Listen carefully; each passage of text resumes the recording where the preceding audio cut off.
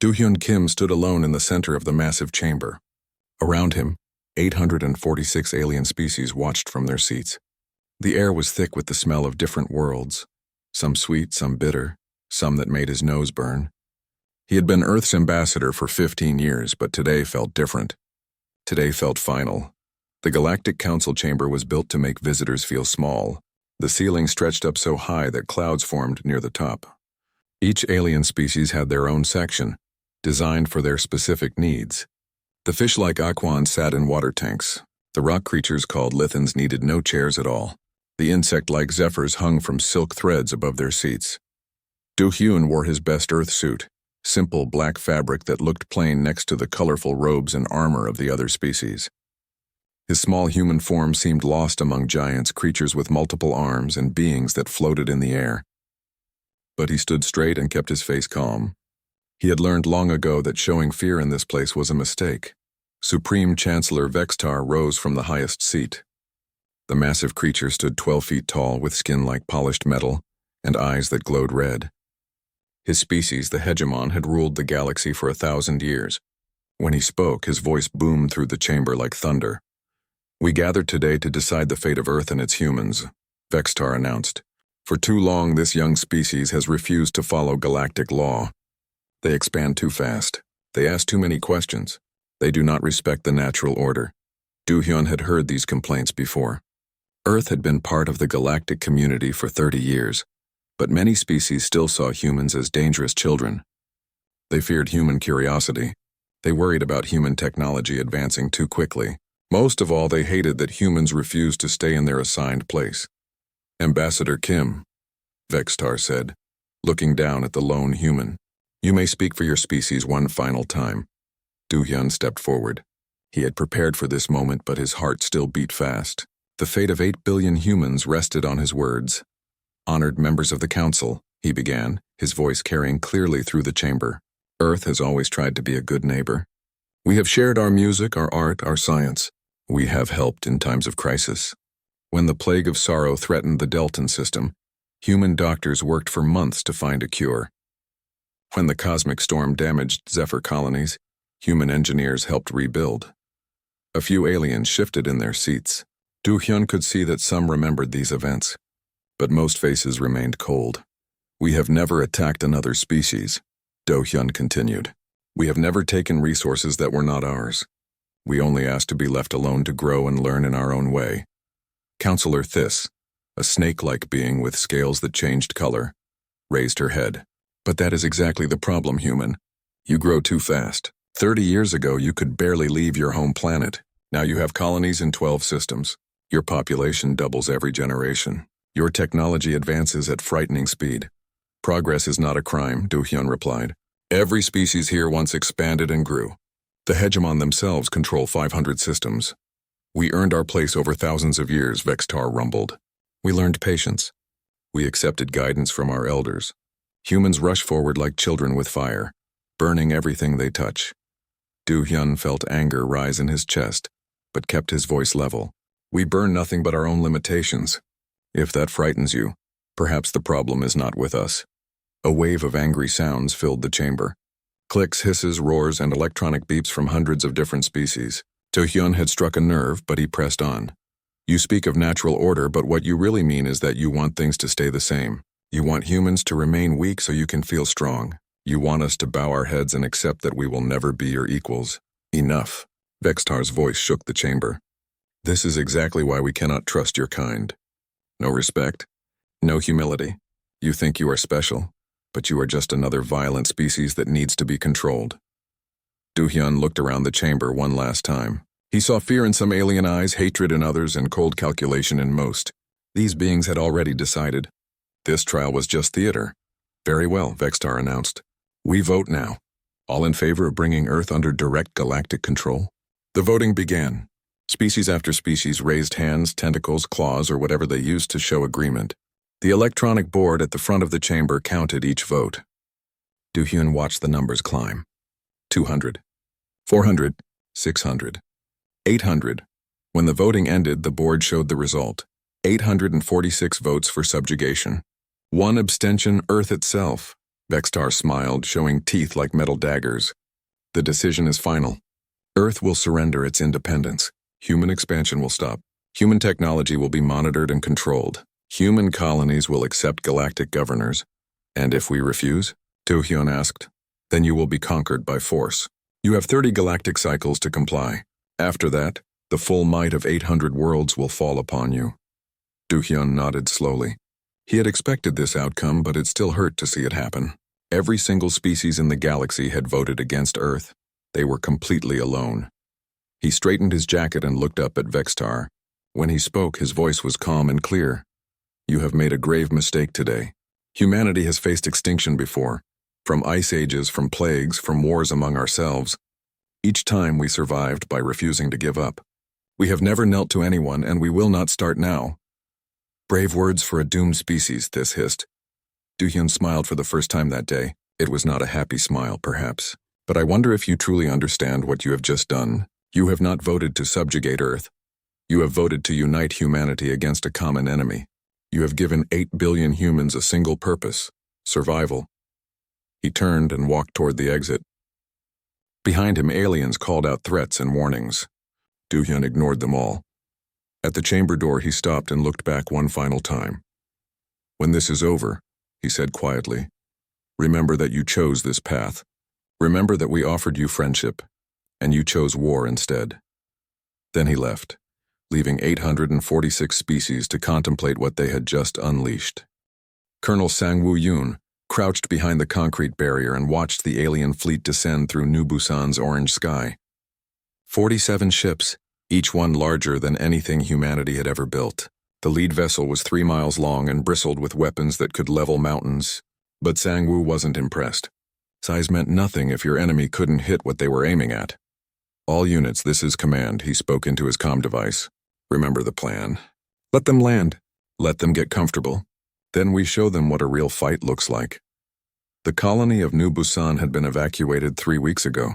50,000 farmers and their families had been moved to safer systems. But 500 volunteers had stayed behind. They were soldiers, engineers, and stubborn colonists who refused to run. Sang-woo had tried to convince them to leave. They had laughed and asked where they should go. This was their home. The alien ships landed in the wide valley where New Busan spaceport had been built. Sang-woo watched through his binoculars as ramps opened and troops poured out. Most were hegemon soldiers, tall metallic beings with red eyes and advanced armor. But he also saw Zephyr warriors with their 4 arms and insect-like faces, and the massive rock creatures called Lithans. Look at them, whispered Sergeant Kite beside him, acting like they've already won. They have, Sang-woo replied. They just don't know it yet. The alien commander was a hegemon warlord named Krexhon. His reputation was legendary. He had conquered 17 species and never lost a battle. He stood 12 feet tall and wore armor that could stop starship weapons. When he spoke, his voice boomed across the valley. Humans of New Busan, I am Warlord Krexhon, Supreme Commander of the Galactic Pacification Force. Your leaders have been ordered to surrender this world. You will come out with your hands visible and submit to galactic authority. Sang-woo activated the colony's loudspeaker system. His voice echoed back across the valley, calm and clear. This is Colonel Sang-woo Yoon, Commanding Officer of New Busan Defense Force. You are trespassing on human territory. Leave now and no one gets hurt. Krexhon laughed, a sound like grinding metal. You dare threaten me? I have 47 warships and 10,000 soldiers. What do you have? About 500 very annoyed farmers, Sang-woo replied. And something your species has never learned, which is how to lose. The first explosion lit up the valley like a newborn star. 3 alien ships simply vanished as hidden antimatter charges detonated beneath them. The shockwave knocked down soldiers and shattered the windows of the remaining ships. Krexhon himself was thrown to the ground by the blast. All units, weapons free, Sang-woo shouted. The mountainsides erupted with gunfire. Hidden bunkers opened up with weapons that shouldn't have existed. Railguns that fired at a significant fraction of light speed. Plasma cannons that melted alien armor like butter. Missile launchers that fired smart projectiles capable of thinking for themselves. But the most devastating weapons were the simplest ones. Farmer Dongwoo, who had refused to evacuate, fired his hunting rifle from a camouflaged position. The bullet shouldn't have penetrated hegemon battle armor. but it was made from compressed neutronium, one of the densest materials in the universe. The alien soldier it hit simply ceased to exist. Pilot Cha Kim swooped down from the clouds in her fighter craft. It looked primitive compared to alien ships, just metal and engines with no fancy energy shields. But it was fast and agile, and Cha had been flying since she was 12 years old. "This is Angel 1, she called over the radio, beginning attack run. Her ship fired missiles that seemed to move in impossible directions. They curved around alien defensive fire and struck with perfect accuracy. Each missile carried a small device that Dr. Lee had spent years perfecting, a quantum disruptor that turned enemy armor into ordinary metal. Impossible. Crexon roared as his soldiers fell around him. "These weapons don't exist. Our intelligence said humans only had primitive slug throwers." "Your intelligence was wrong," Sang-Woo replied over the radio. "We've had 30 years to prepare for this day." The battle raged for 6 hours. The aliens had superior numbers and advanced technology. But the humans had something better. They knew the terrain. They had prepared for this exact scenario, and they were fighting for their home. More importantly, they were using tactics the aliens had never seen. Human soldiers appeared from hidden tunnels, struck fast and vanished before the enemy could respond. They used the colony's own infrastructure against the invaders, turning water pipes into weapons and electrical systems into traps. Farmer Dong-Woo had rigged his grain silos with explosive charges. When alien troops took cover behind them, he detonated the charges remotely. The explosion sent thousands of tons of grain into the air, creating a cloud that blocked alien sensors and communications. Mechanic Sung-Ho had modified the colony's mining equipment into mobile weapon platforms. His drill tank carved through enemy formations like they were made of paper. When alien soldiers finally destroyed it, Sung-Ho climbed out laughing and activated a device on his belt. The explosion took out an entire enemy squad. By sunset, the valley was littered with smoking alien wreckage. Of the 10,000 soldiers who had landed, less than half were still alive. The mighty alien fleet had been reduced to burning metal and scattered survivors. Crexon himself stood among the ruins of his command post, his legendary armor cracked and smoking. For the first time in his long military career, he had been outfought by an inferior force. "How?" he demanded over the radio. "How did you do this?" Sang-Woo emerged from his bunker, his uniform torn but his spirit unbroken. Around him, the surviving human defenders gathered. They were tired, bloody, but victorious. "We did our homework," Sang-Woo said simply. "We studied every species in the galaxy. We learned your tactics, your weapons, your weaknesses. We spent 30 years preparing for this day. But you're primitives. Our scouts reported that you barely had spaceflight. Your scouts saw what we wanted them to see. Did you really think we would show you our best weapons during peacetime? Did you think we would reveal our true capabilities to potential enemies?" Crexon's red eyes dimmed with understanding. "You've been planning for this war since first contact. Since before first contact. We knew this day would come. Your species always destroy what they don't understand. We just made sure we were ready." The surviving alien ships began to retreat from the planet's atmosphere. Crexon looked around at his shattered force and activated his communication device. "This is Warlord Crexon to Galactic Command. New Busan mission has failed. Human resistance is unexpectedly effective. Request immediate reinforcement." "This was just a probe," Sang-Woo said as the alien commander prepared to leave. "A test to see what you were facing. When you return with your main fleet, you'll find us ready for that too." "You cannot fight the entire galaxy," Crexon replied. "This victory means nothing. We have millions of ships and billions of soldiers." Sang-Woo smiled the cold smile that was becoming familiar to humanity's enemies. "Then you'll need every one of them, because we're just getting started." As the alien ships disappeared into space, news of the victory spread across human colonies. On Earth, Admiral Haewon Park received the battle report with grim satisfaction. The galaxy now knew that humanity would fight. They knew that conquest would not be easy, but they still didn't understand what they were really facing. New Busan had been a small engagement, a single colony against a minor alien force. The real war was yet to begin. Dr. Tae-Min Lee sat in his underwater laboratory and watched the status reports flow in. His blue dots on the galactic map began to blink faster. Across known space, hidden human assets were awakening. Weapons that had waited decades for activation were coming online. The aliens thought they had seen humanity's full strength at New Busan. They had no idea that the real war hadn't even started yet. They were about to learn that there was a vast difference between fighting humans who were defending their homes and fighting humans who were hunting their enemies. The galaxy had wanted war. Now they would discover what war with humanity truly meant. Admiral Haywan Park stood in the war room deep beneath Earth's surface. The mountain above her had been hollowed out and turned into humanity's most secret military base. She watched as officers rushed between computer stations, their faces tight with worry. 3 days had passed since Do-hyun's message arrived from the Galactic Council. 3 days to prepare for war against 800 worlds. Status report, she called out.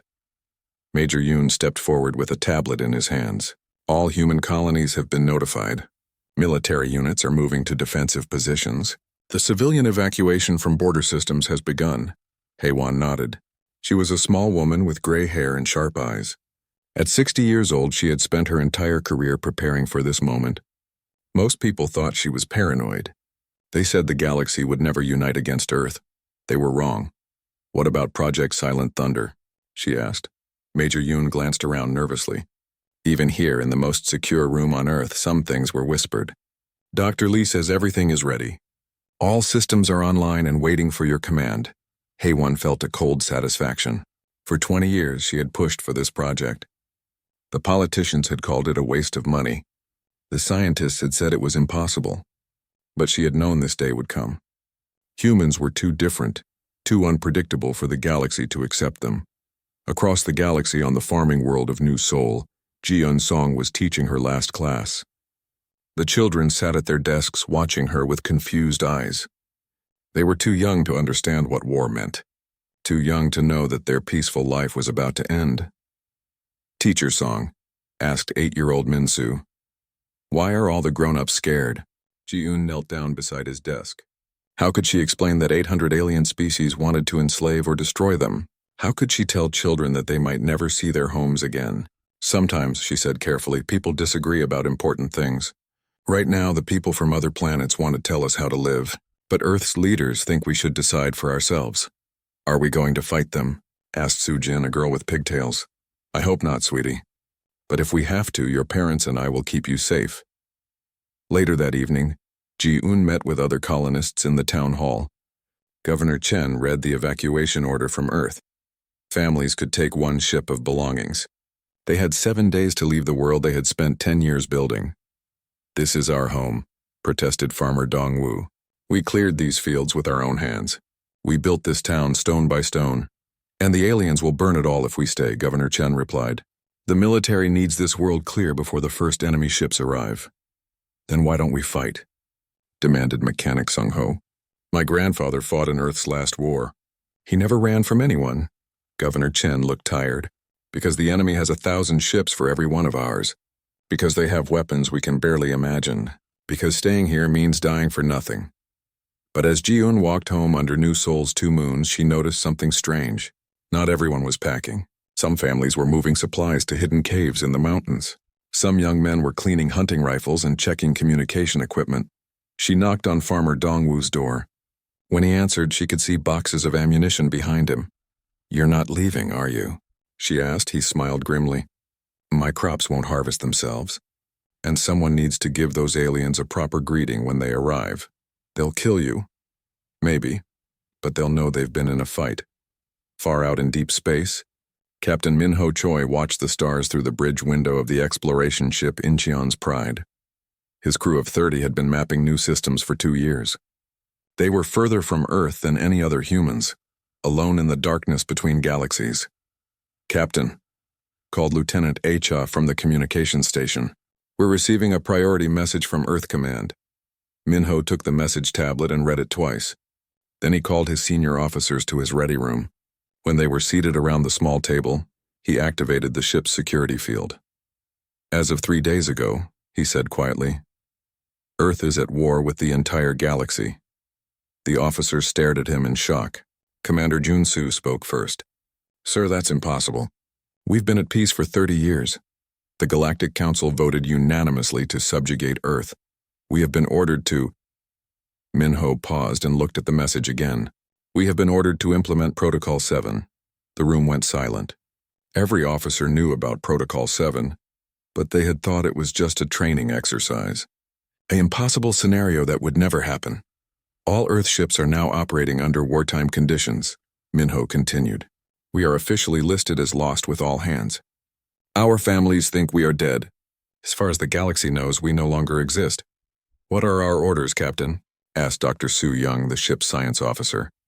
Minho activated a hidden panel in the wall. Inside was a sealed container marked with warning symbols. He opened it and pulled out a data chip. We become ghosts, he said. Back on Earth, Dr. Taemin Lee stood in his laboratory beneath the Pacific Ocean. The facility was so deep that the water pressure would crush any normal building. But this was not a normal place. This was where humanity's darkest secrets were born. Show me the status board, he ordered his assistant. The wall lit up with a map of known space. Green dots marked human positions. Red dots showed alien fleet locations. But Dr. Lee's attention was focused on the blue dots scattered throughout the galaxy. Each one represented something the aliens had never suspected. All stations report ready, said his assistant, Dr. Nayoung. We can begin deployment on your order. Dr. Lee nodded. He was a thin man with gentle eyes that hid a brilliant and ruthless mind. The galaxy saw humans as primitive warmongers. They had no idea how wrong they were. Humans didn't just fight wars, they thought about them, planned for them, prepared for them years in advance.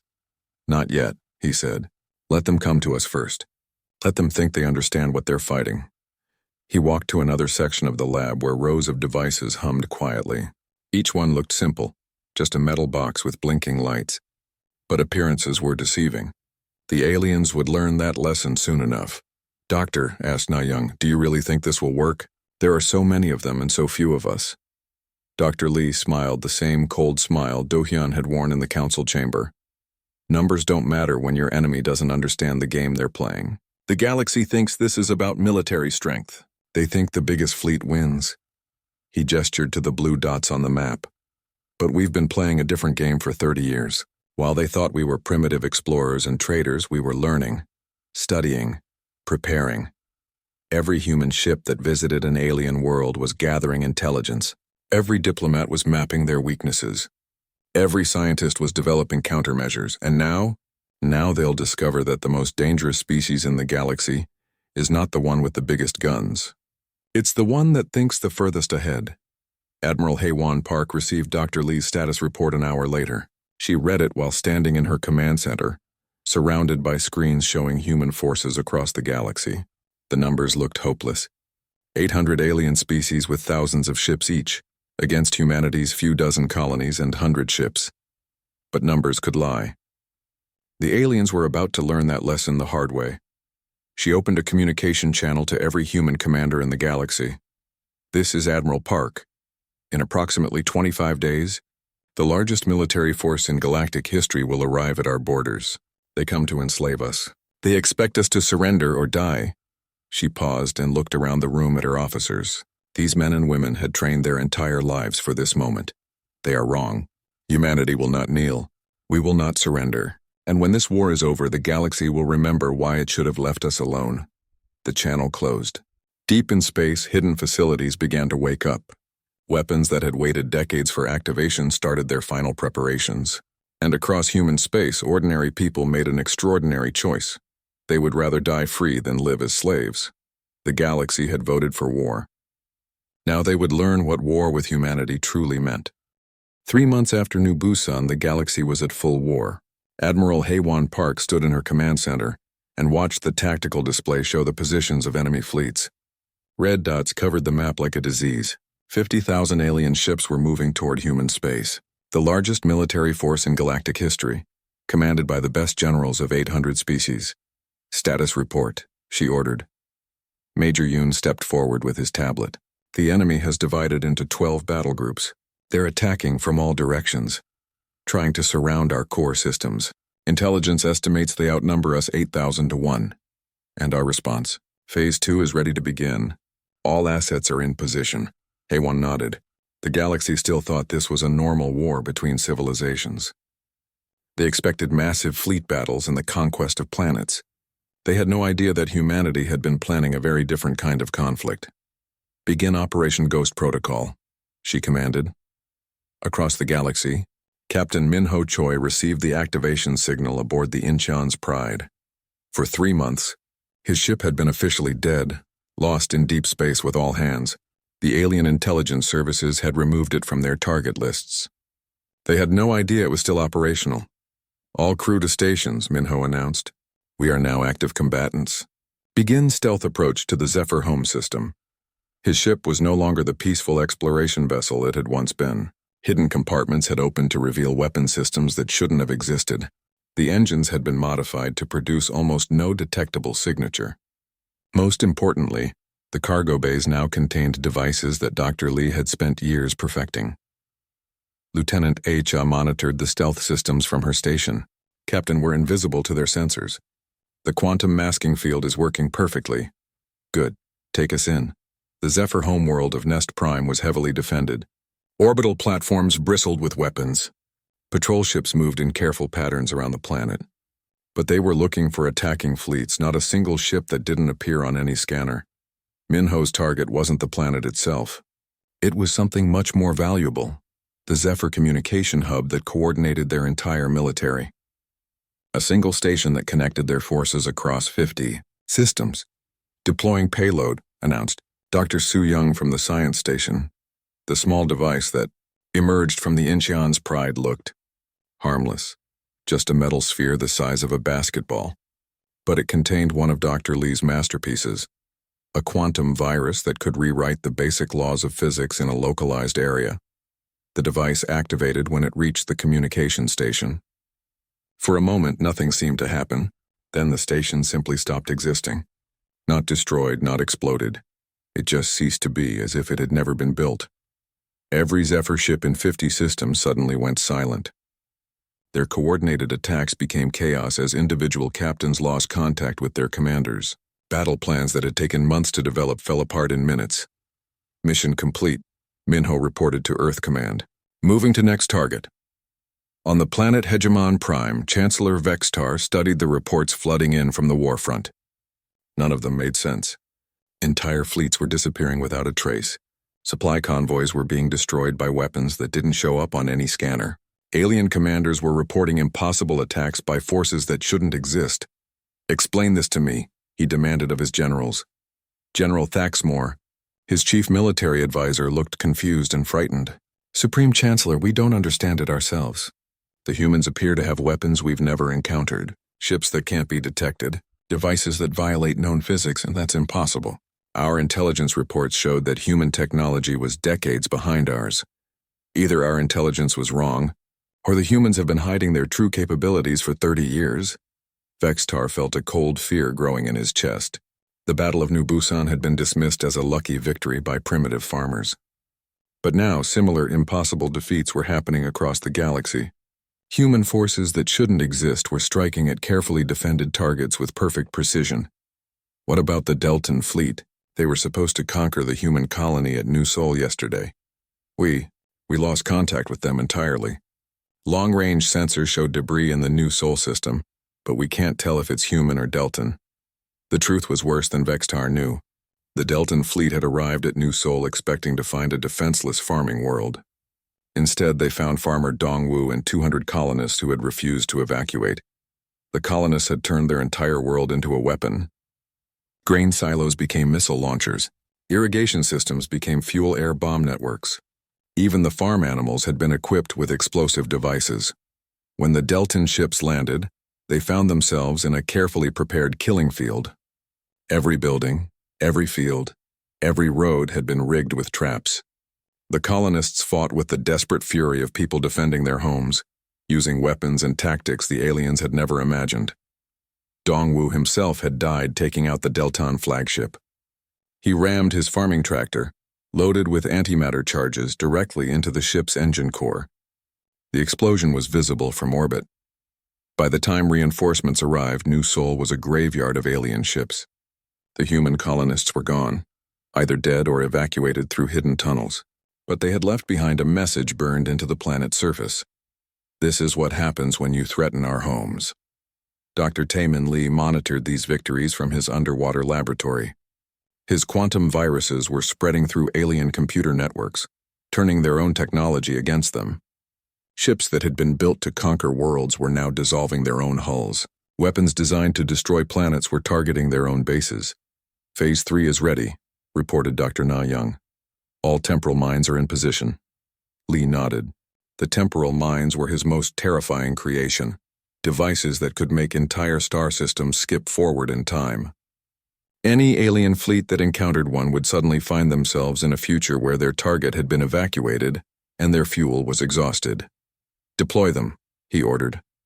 Across the galaxy, invisible devices activated near major alien bases. The Lithan command world of Stoneheart suddenly jumped forward 3 days in time. The massive alien fleet that had been orbiting the planet found themselves floating in empty space, their target gone and their supplies running out. Similar temporal attacks struck dozens of alien strongholds. Fleets that had been prepared for immediate battle found themselves stranded in futures where the war had moved on without them. But the most devastating weapon wasn't any exotic technology. It was something much simpler: fear. Alien crews began to refuse orders. Who wanted to attack a species that could make your ship cease to exist? Who wanted to land on a planet where farmers could destroy entire fleets? Who wanted to face an enemy that could control time itself? Desertion rates in the alien military began to climb. Entire ships went missing, their crews having decided that running away was better than facing humanity's impossible weapons. Chancellor Vextar received the final report from General Thaxmore with shaking hands. In 6 months of war, the galaxy had lost over 30,000 ships. Human casualties were estimated in the low thousands. Several alien species had withdrawn from the conflict entirely. How many ships do we have left? He asked. Approximately 20,000 still combat effective, Supreme Chancellor. But morale is collapsing. Many crews are refusing combat orders. And the humans? We don't know. Every time we think we understand their capabilities, they reveal something new. Ships that exist in multiple dimensions. Weapons that rewrite the laws of physics. Soldiers who seem to predict our every move. Vextar looked at the tactical display. The red dots representing alien forces were scattered and diminished. The blue dots representing human forces seemed to be everywhere at once. Not because humanity had more ships, but because their ships could apparently be in multiple places simultaneously. Perhaps, he said quietly, we should consider negotiation. With respect, Supreme Chancellor, what would we negotiate? They hold all the advantages. What could we possibly offer them? Survival, Vextar replied.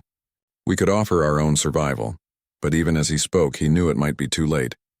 The galaxy had voted unanimously to subjugate Earth.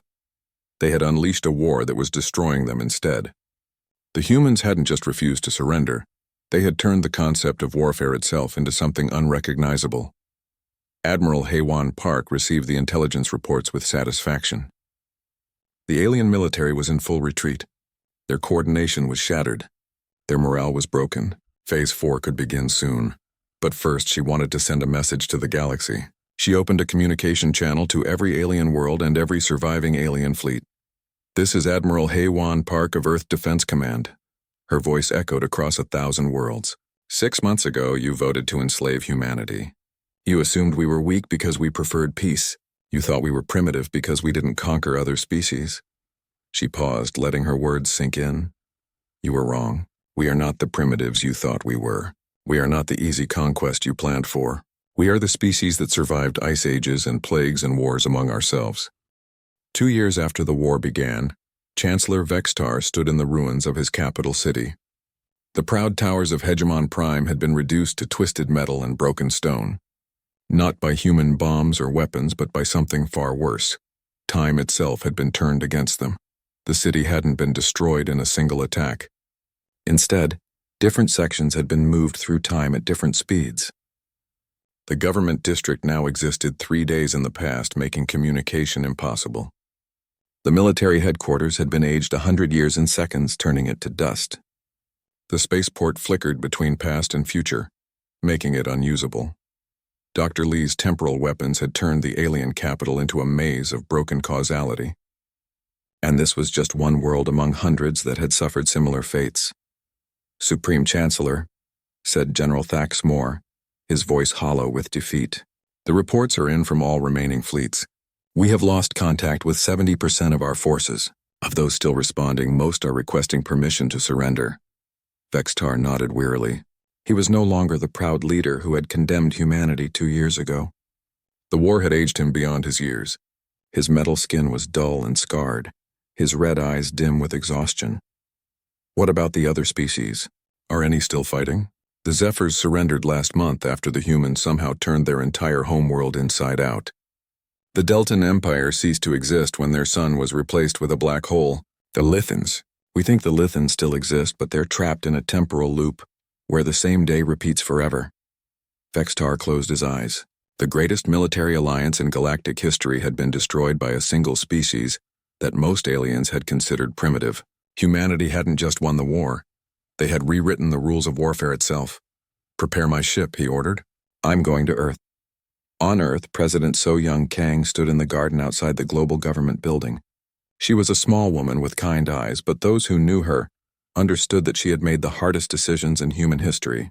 The power to destroy entire civilizations rested in her hands, and she had used it without hesitation when human survival was at stake.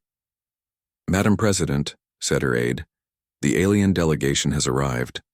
Chancellor Vextar is requesting an immediate audience." So-Young nodded. She had been expecting this visit for months. Earth's orbital sensors showed the pathetic remains of the once mighty alien fleet.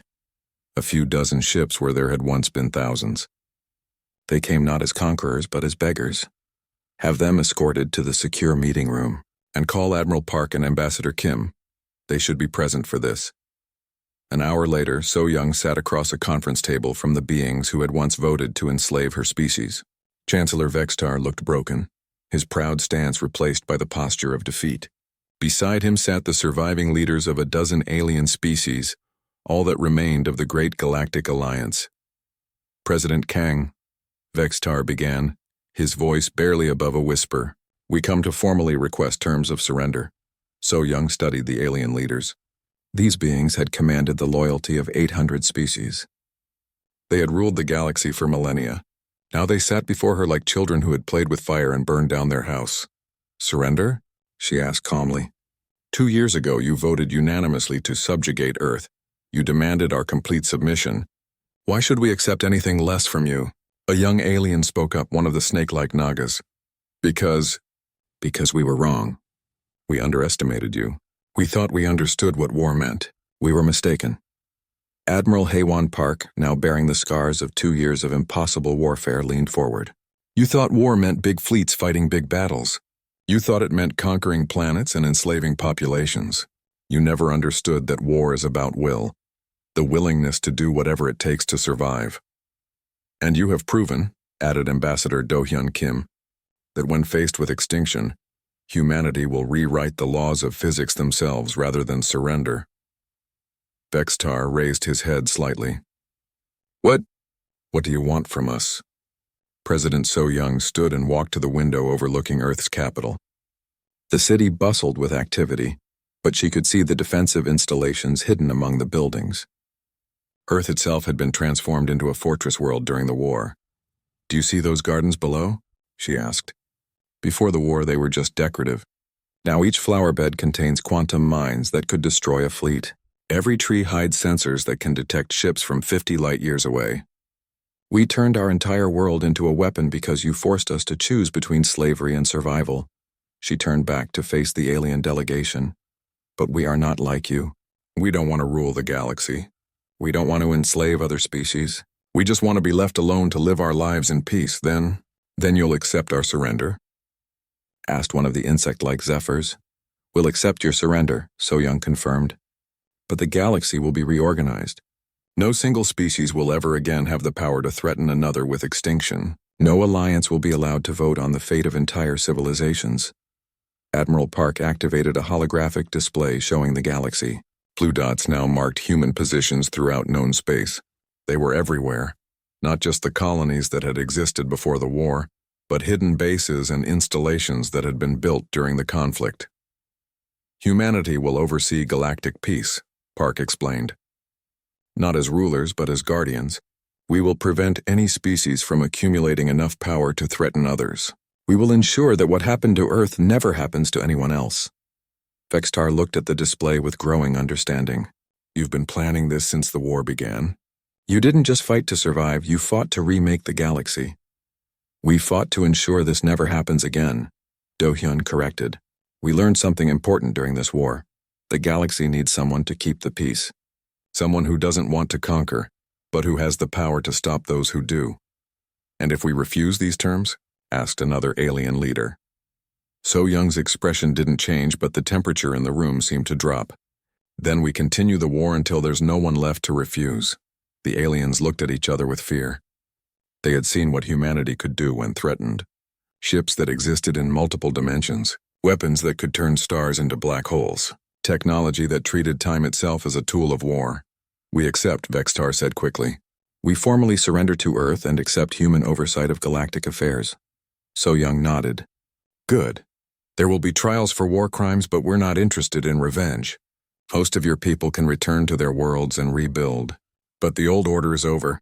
The galaxy will be a more peaceful place now. As the alien delegation was escorted away, Admiral Park turned to President Kang. Do you think they've really learned their lesson? Some have, So Young replied. Others will need more convincing. But they'll all remember this war. They'll remember what happens when you back a species into a corner and force them to choose between freedom and slavery. And if someone tries this again in the future? So Young smiled. The same cold smile that had become humanity's signature during the war. Then they'll discover that we've had even more time to prepare. We've learned something important about ourselves during this conflict. We're very good at war when we put our minds to it. 6 months later, Ambassador Do-hyun Kim stood once again in the Galactic Council chamber. But everything had changed. Instead of 846 species voting against Earth, representatives from hundreds of worlds now looked to humanity for guidance and protection. The chamber itself had been modified. The great height that had once been designed to intimidate visitors was now filled with monitoring systems that could detect any threat. The seats where alien leaders had once plotted conquest now held beings who understood that peace was more valuable than power. The first order of business, Do-hyun announced, is the establishment of the Galactic Peace Accord. No species will be allowed to threaten another with conquest or enslavement. No alliance will vote on the sovereign rights of independent worlds. There was no debate, no argument. The assembled aliens had seen what happened to those who threatened others. They had learned that humanity's definition of self-defense was very broad indeed. Are there any objections? Do-hyun asked. The chamber was silent. Good. Then let me remind you all of something important. 2 years ago, you voted unanimously to subjugate Earth. You thought we were weak because we preferred peace. You assumed we were primitive because we didn't conquer our neighbors. He paused and looked around the chamber, making eye contact with as many beings as possible. You were wrong about everything except one thing. We do prefer peace. But we've learned that sometimes, to have peace, you must first teach your enemies why war is a bad idea. Do-hyun's voice carried clearly through the chamber, just as it had 2 years ago when he warned them of their mistake. The galaxy is at peace now. Keep it that way, because if you ever force humanity to choose between freedom and slavery again, we've had 2 more years to prepare our response, and I promise you, you won't like what we've learned to do with time. The chamber remained silent as Do-hyun took his seat. Outside the windows, ships from 100 worlds moved in orderly patterns under human oversight.